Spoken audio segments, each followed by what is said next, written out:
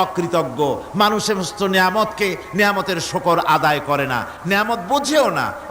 উলাইকা কাল আনাম, চোখ আছে, চোখ দিয়া সব দেখে, কিন্তু আল্লাহর নিয়ামতগুলি দেখে উপলব্ধি করার ক্ষমতা নাই।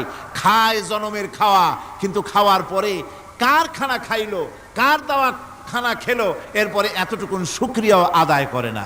তো চোখ থাকতে দেখে না, অন্তর থাকতে চিন্তা করে না, কান থাকতে হক শোনে না। আল্লাহ পাক বলেছেন উলাইকা কাল আনাম, এরা হলো জানোয়ারের মতো। কিসের মতো বলুন?